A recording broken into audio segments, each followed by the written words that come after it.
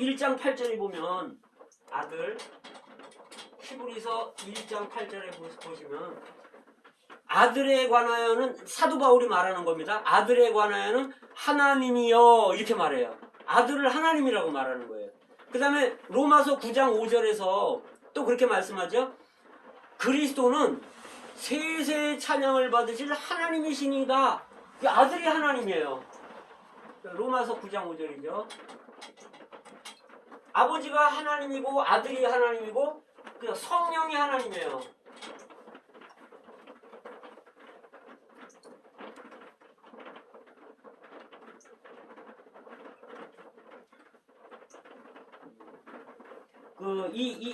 이 구절은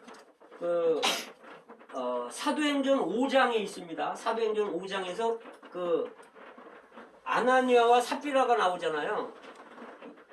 그래서 이는 사람을 속인 게 아니라 하나님을 속인 것이다. 그러니까 너 처음에는 성령을 속이고 이렇게 말을 하고서 하나님을 속인 것이다 이렇게 말해요. 그래서 성령이 하나님이라는 거죠. 사도행전 5장 여기 아마 구절은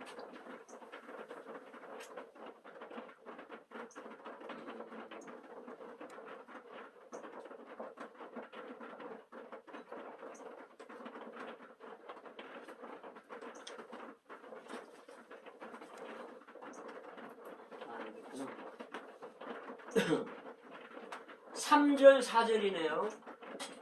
3절 4절에 자, 그 다음에 이 세 분이 다 하나님이시잖아요. 그리고 이 세 분이 셋이 동시에 존재해요. 예수님이 이제 마태복음 3장에서 예수님이 물속에서 침례받고 요한한테 올라오시잖아요. 올라오실 때 예수님은 물속에서 올라오셨는데 비둘기 같은 성령이 예수님 위에 성령이 임하셨어요. 근데 하늘에서는 소리가 있어요. 아버지의 이는 내 사랑하는 아들이요 내 기뻐하는 자라. 그러니까 하늘에는 아버지가 계시고 물 위에서는 예수님이 올라오셨고 예수님 머리 위에는 성령이 계신 거예요. 그래서 동시에 존재한다는 거예요. 그래서 우리가 이제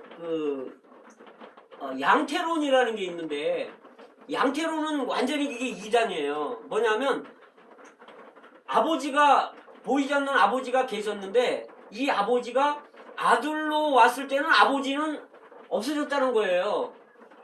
이게 이제 아버지가 아들이 됐기 때문에 아버지는 없어졌다. 이게 양태론이에요.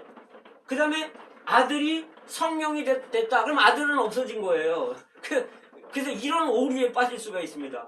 그래서 우리는 하나님은 이 세 위격이 다 동시에 존재한다. 이거는 이제 우리가 이제 봐야 되고요. 그 다음에 서로 내재하신다. 서로 내재하신다 그럴 때 나는 아버지 안에 있고 아버지는 내 안에 계신다는 거예요. 그리고 내 이름으로 보낼 보혜사 성령, 그분은 또 성령 안에 계신다는 거예요. 그래서 하나님이 아버지가 이 땅에 오실 때 그러니까 아버지가 아들 안으로 오셨고 그 다음에 그러면 아들 안에는 아버지도 계시고 성령도 계신 거예요. 아들 안에는. 근데 이 아들이 죽으시고 부활하실 때는 아버지도 계시고 그리스도도 계시고 이분이 바로 성령이라는 거예요. 그래서 분리는 되지만 구분은 되지만 분리할 수 없는 거죠. 예. 그래서 참 이 하나님에 대해서 이렇게 우리가 연구하고 말하고 이렇게 안다는 거는 사실은 쉽지가 않습니다. 그래서 제가 묻겠습니다. 하나님은 세 분이십니까? 한 분이십니까? 한 분. 네, 성경에는 하나님은 한 분밖에 계시지 않는다는 거예요. 신명기 6장 4절에서도 오직 여호와는 하나이신 분이시다. 네, 하나님은 한 분이라는 거예요. 그런데 왜 그러면 이 한 분 하나님이 이렇게 세세면이 계신가?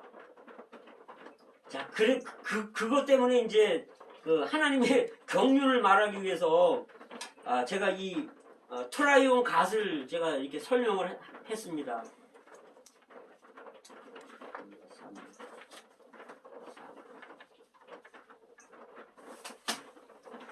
자, 이거는 뭐와 같으냐면요. 마치 이런 거와 같아요.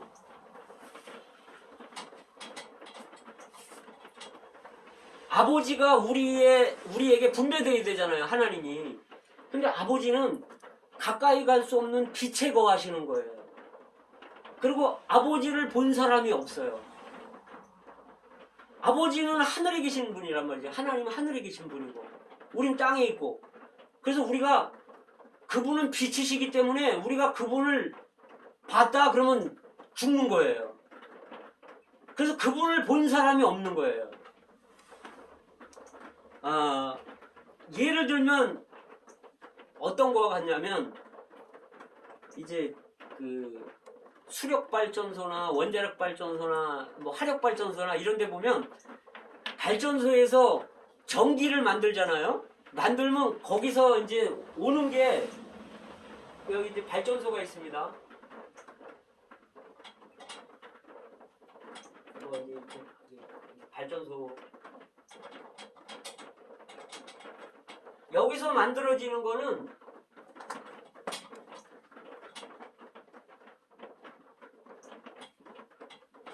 여기서 만들어지는 게 34만 5천 볼트예요. 여기서 발전소에서 만들어지는 게 34만 5천 볼트.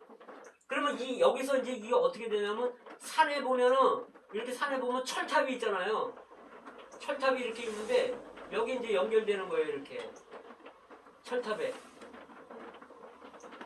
이게 고압으로 가는데 이게 34만 5천 볼트예요. 근데 이게 이제 어디로 오냐면 이제 변전소로 옵니다. 여기 변전소죠. 변전소로 오면은 요게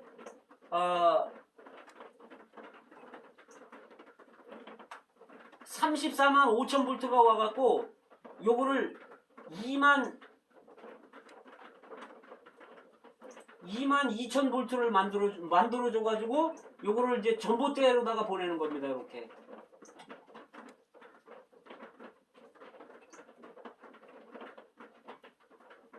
전봇대로 보내는데 이 전봇대에 보면은 여기 이제 변압기라는 게 이렇게 있죠. 여기 이게 변압기인데 이 변압기에서 220볼트로 만들어주는 거예요. 220볼트로. 그렇게 해서 변압기를 통해서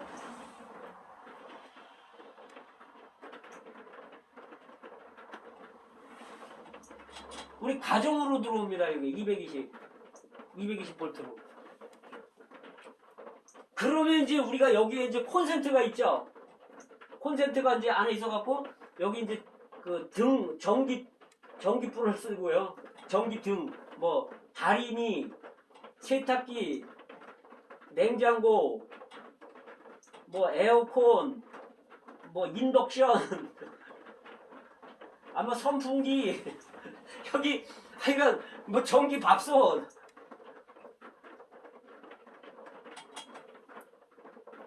이게 뭐 이거 우리 저거 있잖아요. 그 휴대폰 충전 휴대폰. 여기서 사람들이 얼마나 편리하게 쓰는지 몰라요. 이 전기가. 그런데요. 이 전기가 사람한테 편리하고 좋지만 이 전기는 처음에 34만 5천 볼트이기 때문에 과정을 거쳐야 돼요. 이렇게 철탑을 통해서 변전소로 와서 변압기를 통해서 가정집으로 와야 220볼트가 와야 이제 사람이 쓸 수 있는 거예요. 누릴 수 있고 체험할 수 있는 거예요.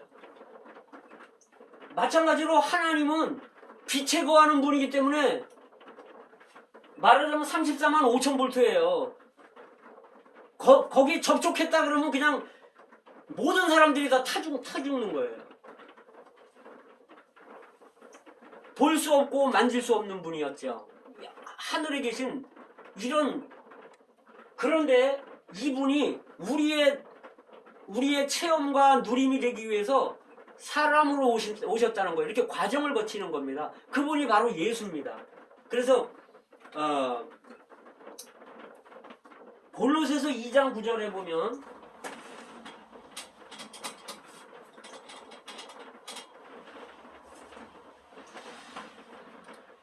골로새서 2장 9절에 보면 그분은 신격의 모든 충만이 육체로 거하셨다는 거예요. 신격의 모든 충만. 신격의 충만이 육체로 거하신 분이에요. 육체. 그는 근본 하나님의 본체라는 거예요. 하나님의 본체.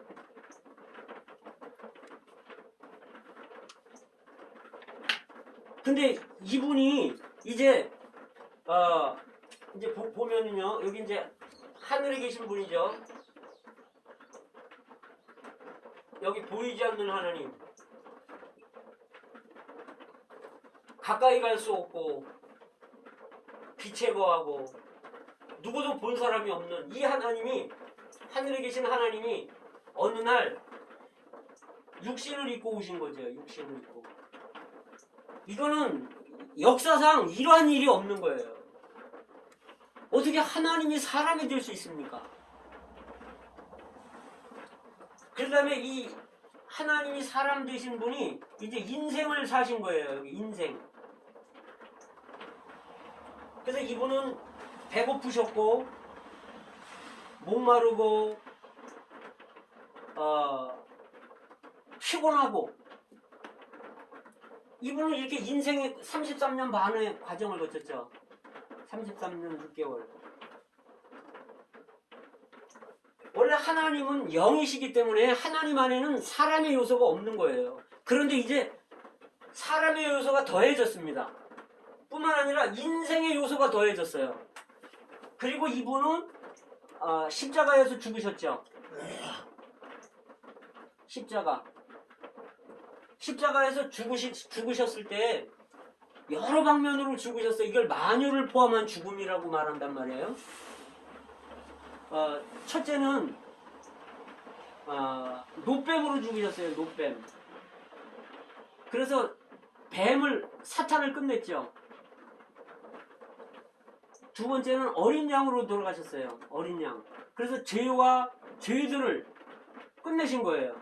그 다음에 세 번째는 하늘의 미랄로 죽였어요. 미랄. 하늘의 밀이 땅에 떨어져 죽지 아니하면 하늘 그대로 있고 죽으면 많은 열매를 맺는다. 그 미랄로 죽으셔서 이분이 여기서 생명을 해방했었어요. 그래서 나의 받을 침례가 어떠한지 답답하다는 거예요. 그 침례를 빨리 받아야 된다는 거죠. 거기서 해방되기를 원하셨죠. 하나 주님은. 그 다음에 여기서 이제 율법의 계명을 십자가로 피했다는 거예요. 율법의 계명을 십자가로 피했습니다.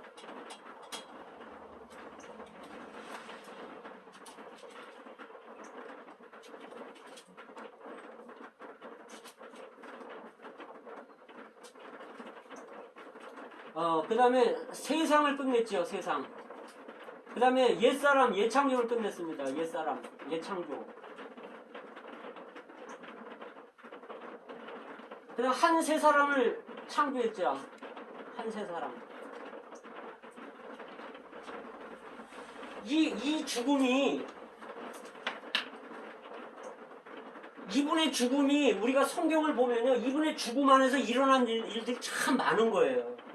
그래서 만유를 포함한 죽음이라고 말하는 거죠. 근데 이런 죽음의 요소가 있고, 뿐만 아니라 이분은 이제 죽음을 뚫고 나오는 이제 부활을 하셨죠. 그 다음에 이분은 승천을 하셨습니다. 그러니까 모든 것을 다 발밑에 뒀어요. 빌립보서에서. 뿐만 아니라 이분은 이제 보좌에 앉으셨습니다. 근데 이분이 부활하실 때 하나님만 부활하신 게 아니라 사람이 부활하신 거예요. 하나님 사람이. 그래서 이 예수 안에는 인성과 신성이 다 있는 거예요. 죽음도 있고 인생도 있고 그 다음에 승천이 있고 보좌 권위가 있는 겁니다. 자, 그래서 이분이 이제 뭐가 되냐면 생명 주는 영이 되신 거예요. 고린도전서 15장 45절 하반절. 마지막 아담은 생명 주는 영이 되었나니. 그 다음에 고린도후서 3장 18절에서 지금 주는 영이시니. 주는 영이라는 말이에요. 영이시니. 이건 무슨 말씀이냐면 예수님이 두 번 되신 거예요. 그러니까 하나님이 처음에는 사람이 되셨고 이제 사람이 예수님이 우리 속에 못 들어오잖아요. 사람이니까 우리 속에 들어올 수가 없잖아요. 그러니까 이분이 이런 과정을 거쳐서 죽음, 부활, 승천, 보호자의 권위를 가지고 생명 주는 영이 돼서 이제 영이 돼서 우리 속에 들어올 수 있다는 거죠. 그래서 누구든지 주의 이름을 부르는 자는 구원을 얻으리로다. 한 주께서 모든 사람의 주가 되사 저를 부르는 모든 자들에게 부여하시도다 이렇게 말씀하신 거예요. 그래서 이제 영이 됐잖아요. 영이 돼서 어떻게 됐냐면 우리 속에 분배되시는 거예요. 그래서 우리에게 일어나는 환경들 이런 것들은 하나님이 그분 자신을 우리 안에 분배해 놓기 위해서 사람들을 만나게 하시고 환경들을 일으키시고 그분 자신을 분배하시는 겁니다. 욥이 왜 고난을 그렇게 받았냐면 하나님을 분배받기 위한 거였어요. 그래서 우리가 이 영이 있잖아요. 이 영을 이제 체험하고 누리면 모든 것이 다 되는 거예요. 기쁨, 인내, 그 다음에 온유, 겸손, 절제, 이런 성령의 열매들 있잖아요. 이런 것들이 우리 안에서 다 이루어지는 겁니다. 왜? 아까 34만 5천 볼트가 220 볼트가 돼가지고 우리 집에 다 가설돼 있잖아요. 그 언제든지 여기도 스위치만 올리면 다 사용할 수 있는 것처럼 제 안에 이 생명 주는 영, 만유를 포함한 영이 우리 안에 들어왔어요, 지금. 그래서 이 영만 내가 사용하고 이 영을 누리면 주님의 이름 부르면 우리는 얼마나 부유한지 몰라요. 그래서 바울이 하는 얘기는 에베소서 3장 8절에서 측량할 수 없는 그리스도의 충성을 이방인에게 전하게 하시고, 바울은요 이런 충성을 누린 사람이었어요. 그래서 저는 사실은 교리를 말하고 싶은 게 아니라 사실은 체험을 말하는데 사실은 이 내용이 정말 어렵습니다. 설명하기도 어렵고 체험하기도 어려워요. 그러나 저는 이것을 하나님의 경륜을 제가 조금 봤기 때문에 이 오늘 하나님의 경륜에 대해서 좀 교통을 한 거예요. 그래서 이분이 사람 속에 이렇게 그분 자신을 과정을 거쳐서 이 삼일성으로 삼위일체 하나님으로 과정을 거쳐서 생명 주는 영이 돼서 우리 속에 들어와서 우리의 체험과 누림이 돼서 우리를 교회로 만들고 신부로 만들고 한 세 사람 만들고 새 예루살렘 만드는 것이 하나님의 경륜이다. 오늘 그래서 이런 아주 방대한 하나님의 경륜에 관해서 교통했습니다. 사실 하나님의 경륜에 관해서 이 짧은 시간에 말할 수는 없어요. 다 이거 한 10번 이상의 집회를 해야 돼요. 이거 하나님의 경륜 하나만 가지고도. 주님을 찬양합니다.